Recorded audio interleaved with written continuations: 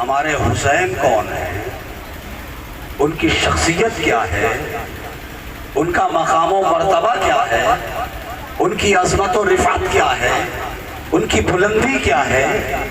قتل ہوئے تھے حسین کربلا کے میدان میں، ایک لشکر جرار لایا گیا تھا ان کے مقابلے میں۔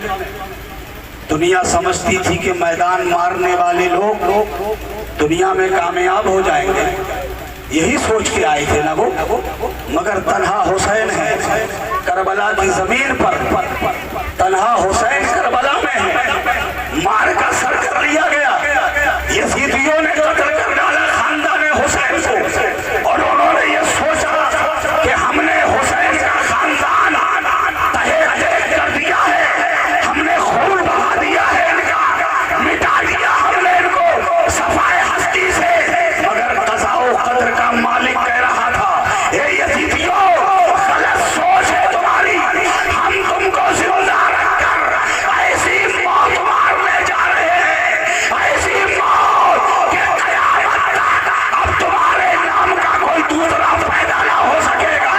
زندہ باد بے شک، سبحان اللہ۔ دوسرا قیامت تک نہیں آئے گا۔ اور تم سمجھتے ہو کہ ہم نے سیدہ کا لال قتل کر ڈالا ہے؟ سنو، ہم حسین کو شہادت دینے کے بعد ایسی زندگی دینے جا رہے ہیں، ایسی حیات جاویدہ دینے جا رہے ہیں، ایسی حیات نو دینے جا رہے ہیں کہ آج کربلا میں تنہا حسین ہے، مگر قیامت تک گھر گھر حسین ہوں گے۔ کیا بات ہے، سبحان اللہ۔ نعرہ تکبیر، نعرہ رسالت، مسلک اہل حضرت، مسلک اہل حضرت، فیضان اہل حضرت، نعرہ تکبیر۔ یہ کبھی صحیح ہوتا ہے، کبھی پتہ نہیں کیسے ہو جاتا ہے۔ میں بالکل منہ لگا کے بولوں، اس کو تھوڑا سا کیچ تو کرے یہ بات سمجھ میں آ رہی ہو تو سبحان اللہ کہہ دیجئے، ادھر والے بھی کہہ دیجئے۔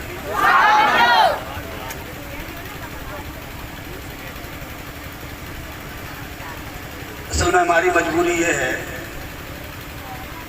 کہ ہم کو بالکل منہ سٹا کے بولنا نہیں آتا ہے، ہم چاہتے ہیں کہ تھوڑا سا کیچ کرے اور ہم جو وہ بولیں وہ آپ کی سمجھ میں آئے۔ اگر آپ کی سمجھ میں نہیں آیا تو ہمارے بولنے سے کوئی فائدہ نہیں۔ یہ جنریٹر بہت قریب میں رکھ دیا ہے، اس کا بھی بہت خیال رکھنا چاہیے۔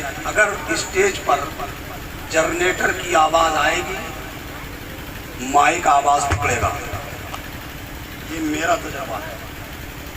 تو میں بھی سفید ہو گیا ہوں تقریریں کرتے ہی کرتے، مجھے اتنا تو خیر سوجھ بوجھ آئے گی، جنریٹر کو دور رکھنا چاہیے تاکہ اس کی آواز یہاں تک نہ آ سکے۔ یہاں صرف مائک کی آواز ہونی چاہیے اور کسی اور چیز کی آواز نہیں۔ حسین کربلا میں ہے، یزیدی سمجھ رہے ہیں کہ ہم مار ڈالیں گے انہیں، ختم کر دیں گے حسین کو۔ قضاء و قدر کہہ رہا تھا یزیدیوں سوچ غلط ہے تمہاری، آج کربلا میں تنہا حسین ہے، قیامت تک تم دنیا کے جس حصے سے گزرو گے، جس گوشے سے گزرو گے، جہاں سے نکل کے جاؤ گے، وہاں تمہیں کوئی احمد حسین ملے گا، کوئی محمد حسین ملے گا، کوئی غلام حسین ملے گا، لاکھوں کروڑوں حسین قیامت تک پیدا ہوتے رہیں گے، مگر یزیدیوں اب قیامت تک تمہارے نام کا کوئی دوسرا پیدا نہ ہو سکے گا۔ ہم تمہیں ایسی موت مارنے جا رہے ہیں، اسی لیے کہا تھا قتل حسین اصل میں مرگ یزید ہے، اسلام زندہ ہوتا ہے ہر کربلا کے بعد۔ اعلیٰ حضرت فاضل بریلوی نے ڈنکے کی چوٹ پہ کہا تھا تو زندہ ہے واللہ، تو زندہ ہے واللہ، میری چشم عالم سے چھپ جانے والے، میری چشم عالم سے چھپ جانے والے۔ ہمارے حسین کل بھی زندہ تھے، ہمارے حسین آج بھی زندہ ہیں۔ اور میاں حق وہ ہوتا ہے جو سر چڑھ کے بولتا ہے، حق وہ ہوتا ہے جو سر، میاں اپنے تو اپنے کہتے ہی ہیں، چونکہ ہمیں محبت ہے، عقیدت ہے، تو ہم تو کہتے ہی ہمارے حسین زندہ ہیں، مگر دشمن بھی اگر کہتے کہ حسین زندہ ہے، دشمن اگر ذلیل ہوئی تو کہتے ہیں ہمارے حسین زندہ ہیں. آؤ میں دکھاتا ہوں تمہیں تاریخ کے آئینے میں کہ دشمن بھی کہنے پہ مجبور تھا کہ حسین زندہ ہے. دشمن کہہ رہا تھا حسین زندہ ہے. پڑھو کربلا کی تاریخ. کئی لوگوں کو بہت تاریخ یاد ہوتی ہے. علامہ معین الدین کاشفی رحمت اللہ تعالی علیہ نے کتاب لکھی, اس کا نام ہے روضۃ الشہداء شریف. اس میں نقل فرماتے ہیں میرے امام, بہت غور سے سننا میری بات. فرماتے ہیں جب کربلا کا واقعہ ہوا 10 تاریخ کو ہو گیا کربلا کا واقعہ. کیوں آپ اچھے نہیں لگ رہے ہیں ہم تمہیں؟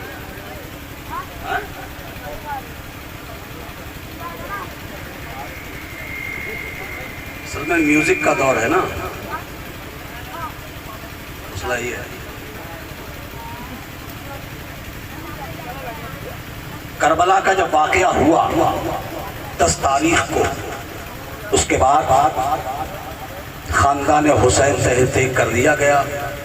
کچھ عورتیں بچی تھیں, ایک مرد بچے تھے, نام تھا حضرت امام زین العابدین, جن کو عابد بیمار بھی کہا جاتا ہے. وہ تنہا بچے تھے, صرف ایک مرد خاندان حسین میں, باقی خواتین تھیں, بیویاں تھیں, بیٹیاں تھیں, بہن تھی. یہ چند عورتیں تھیں. کربلا کا میدان, اس میں لاشیں پڑے تھے شہیدوں کے. ان یزیدیوں میں جو لوگ مرے تھے, ان یزیدیوں نے اپنے مرنے والوں کے لیے قبر کھودی, ان کی نماز جنازہ پڑھی اور ان کو انہوں نے دفن کر دیا. مگر شہدائے کربلا, میرے امام اور ان کے ساتھی جتنے شہید ہوئے تھے, کسی کے لاشیں کو انہوں نے دفن نہیں کیا, نہ انہوں نے نماز جنازہ پڑھی شہیدوں کی.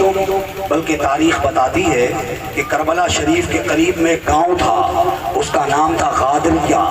اس غادریہ گاؤں کے لوگوں کو جب یہ معلوم ہوا کہ کربلا کا سانحہ پیش آیا ہے, حادثہ پیش آیا ہے, تو وہ لوگ یزیدی لشکر جانے کے بعد اپنے گاؤں سے آئے, اور آنے کے بعد انہوں نے جو بے سر کے لاشیں تھے شہیدوں کے, چونکہ ہر شہید کے سر کو تن سے جدا کر دیا گیا تھا, نیزوں پہ ٹانگ کے شہداء کے سر کو لے گئے تھے, وہ بغیر سر کے لاشیں کربلا کے میدان میں پڑے رہ گئے تھے. وہ ان کو دفن نہیں کیا یزیدیوں نے, انہوں نے قبر میں نہیں اتارا, انہیں نماز جنازہ بھی نہیں پڑھی. میں تاریخ میں یہ پڑھ کر کے حیران رہ گیا. میں نے کہا انسان اتنا تو دل رکھتا ہی ہے کہ پوری زندگی دشمنی کرتا رہے, پوری زندگی بغاوت کرتا رہے, پوری زندگی عیاری مکاری میں گزار دے, مگر جب کسی کا انتقال ہو جاتا ہے وہ دشمن ہی صحیح, مگر یہ دشمن انسان بھی سوچتا ہے چلو دشمنی اپنی جگہ ہے, مگر یہ تو اب دنیا سے چلا گیا, اس کے جنازے میں شریک ہو جائے, اس کی نماز جنازہ پڑھ لیں, اسے 2 مٹھی مٹی دے دیں. اتنا تو کر ہی لیتا ہے انسان, مگر یزیدیوں نے اتنا بھی نہیں کیا. اتنے کٹھور دل تھے وہ, اتنے سنگ دل تھے وہ, کہ انہوں نے شہیدوں کی نماز جنازہ بھی نہیں پڑھی, ان کو دفن بھی نہیں کیا. میں نے کہا ایسا کیوں ہوا؟ تو علماء کرام نے کہا بات دراصل یہ ہے کہ جو کچھ انسان میں کام کرتا ہے اس میں اللہ کی توفیق ہوتی ہے. اللہ کی توفیق, انسان کوئی عمل کر ہی نہیں سکتا, اللہ توفیق دیتا ہے تب انسان نیک کام کرتا ہے.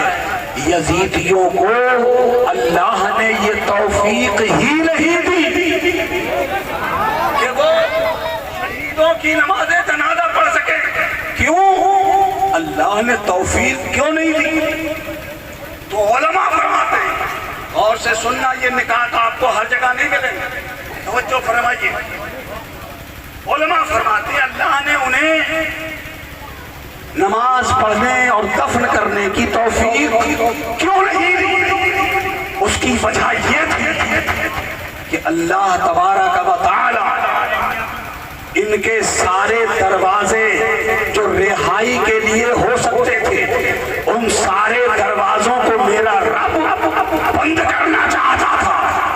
کہیں یہ یزیدی لوگ حسین اور ان کے ساتھیوں کو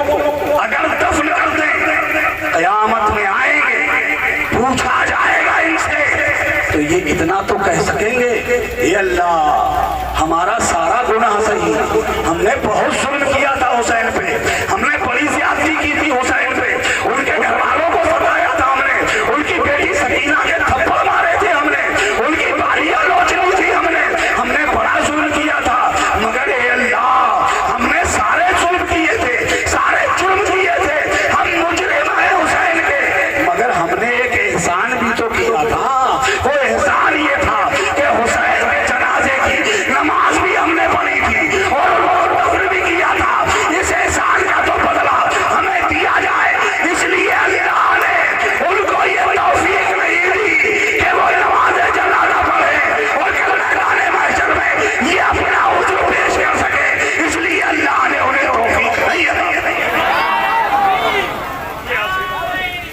یا رسول اللہ زندہ آباد زندہ آباد بھائی زندہ آباد زندہ آباد۔ اب آگے بڑھیں، 3 دن تک یہ یزیدی کربلا کے میدان میں ہڑدنگ مچاتے رہے، انہیں نشہ تھا اس بار جا کے میدان مار لیا ہے ہم نے تو جنگ جیت لی ہے، ہم کامیاب ہو گئے ہیں، خاندان حسین کو ہم نے شہید کر ڈالا ہے، ہم کامیاب ہو گئے۔ اس نشے میں کربلا میں شرابیں پی گئی، شراب پی پی کر یزیدیوں نے ہڑدنگ مچایا تھا اور بہت شرابہ کیا تھا انہوں نے، 1-2 دن تک نہیں 3 دن تک لگاتار یہ تماشا یزیدی کربلا کے میدان میں کرتے رہے، 3 دن تک یہ ہوتا رہا۔ اے حسینیوں میں آپ سے پوچھنا چاہتا ہوں،